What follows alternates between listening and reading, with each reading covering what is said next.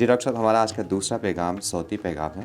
یہ ہمیں گوال منڈی لاہور سے محمود اسلم صاحب نے بھیجا ہے. تو آئیے آج کا صوتی پیغام سنتے ہیں. السلام علیکم سر جی. بچپن تو ہی ارد گرد ਦੇ ਮਾਹੌਲ ਤੇ ਸਹਬਤ ਦੀ ਵਜ੍ਹਾ ਤੋਂ ਹਰ ਗੱਲ ਵਿੱਚ ਹਰ ਜੁਮਲੇ ਵਿੱਚ ਗਾਲਾਂ ਕੱਢਣ ਦੀ ਬਹੁਤ ਬੜੀ ਆਦਤ ਪੈ ਗਈ ਸੀ. ਇੱਥੋਂ ਤੱਕ ਕਿ ਦੋਸਤਾਂ ਤੋਂ ਇਲਾਵਾ ਆਪਣੇ ਘਰ ਵਾਲਿਆਂ ਨਾਲ ਵੀ ਗੱਲਾਂ ਕਰਦਿਆਂ ਹੋਇਆਂ ਆਪਣੀ ਇਸ ਆਦਤ ਦਾ ਅਹਿਸਾਸ ਨਹੀਂ ਹੋਇਆ ਕਿ ਮੈਂ ਕੀ ਕਹਿ ਰਿਹਾ ਹਾਂ ਤੇ ਕੀ ਕਰ ਰਿਹਾ ਹਾਂ. ਜਦੋਂ ਮੇਰੇ ਆਪਣੇ ਪੁੱਤਰ ਨੇ ਗੱਲਾਂ ਵਿੱਚ ਗਾਲ ਕੱਢੀ ਤੇ ਫਿਰ ਇਸ ਗੱਲ ਦਾ ਅਹਿਸਾਸ ਹੋਇਆ ਕਿ ਮੈਂ ਜੋ ਵੀ ਕੀਤਾ ਹੈ ਗਲਤ ਕੀਤਾ ਹੈ. ਸਰ ਜੀ, ਜੋ ਵੀ ਕੁਫਰ ਬਕਦਾ ਰਿਹਾ ਵਾਂ, ਇਹਦੀ ਮਾਫੀ ਅੱਲਾਹ ਕੋਲੋਂ ਕਿਵੇਂ ਮੰਗਾਂ ਤੇ ਕੋਈ ਐਸੀ ਦੁਆ ਵੀ ਦੱਸ ਦਿਓ ਕਿ ਇਹ ਗੰਦੀ ਆਦਤ ਛੁੱਟ ਜਾਵੇ. ਮਿਹਰਬਾਨੀ ہوگی. السلام علیکم.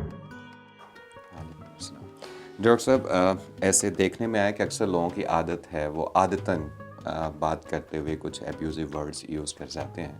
تو یہ کافی ایک ایسا معمہ ہے جو ہمارے معاشرے میں کافی پھیلا ہوا ہے. تو میرے خیال میں آپ کی بتائی ہوئی باتیں ہمارے کافی کام آئیں گی.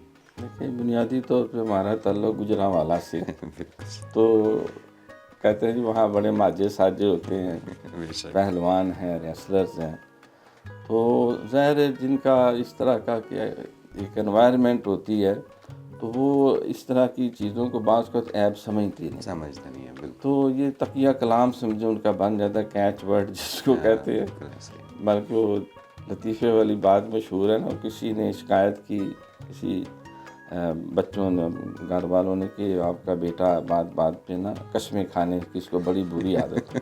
تو والد صاحب نے کہا کہ یا کر ایویں ہر بات میں قسم کھانا جو اچھا نہیں کہتے. قسمیں قرآن مجید ابا جی کسے جھوٹ بولے تو یعنی وہ بات ہی قسم پھر وہ کھا رہے.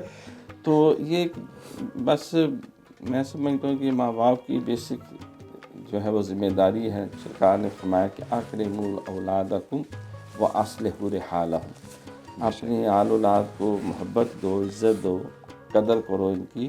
واصلحوا رحالہم، اور ان کے عادات و اطوار کی اصلاح کرو.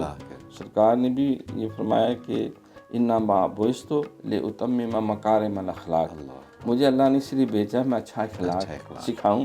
وانک لعلی خلق عظیم، کہتے ہیں نا کہ زبان شیریں ملک گیریں. یعنی انسان جو زبان کے ساتھ دلوں کو جیت سکتا ہے وہ بہت ساری دولت دے کے بھی نہیں انسان وہ ٹارگٹ حاصل کر سکتا. اس لیے اس کا سمپل طریقہ تو وہی ہے کہ انسان سچی توبہ کرے کہ اے اللہ، جو ناسمجھی میں اولاد کی تعلیم و تربیت میں غفلت کرتا رہا وہ ذاتی طور پر بھی یہ زبان پہ نازیبا کلمات لانا جو ہے اس کی مجھے وہ عادت پڑتی رہی. تو اللہ تو مجھے معاف فرما دے. اور اپنی اولاد کے لیے بھی جو ہے وہ ان کو بھی اب اچھی تربیت دینے کی کوشش کریں. جب وہ خود سنور جائیں گے، جب وہ ہمارے ایک میڈم ہوتی تو اس کو کہتے ہیں میڈم بسم اللہ، یعنی وہ ہر بات میں میڈم رجسٹر ہے، ہاں بسم اللہ، میڈم چائے پیے گی بسم اللہ. تو انہوں نے اپنا تقیہ کلام ہی جو ہے وہ اللہ کے اس نام کو بنا لیا.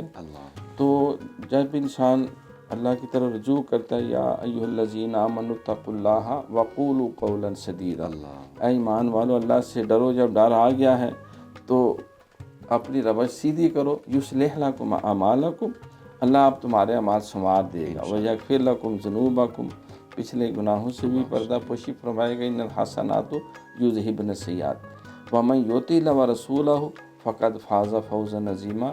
پھر تم جب نیکی کی راہ پہ چل پڑو گے تو اللہ ہر قدم پہ تمہاری مدد کرے گا.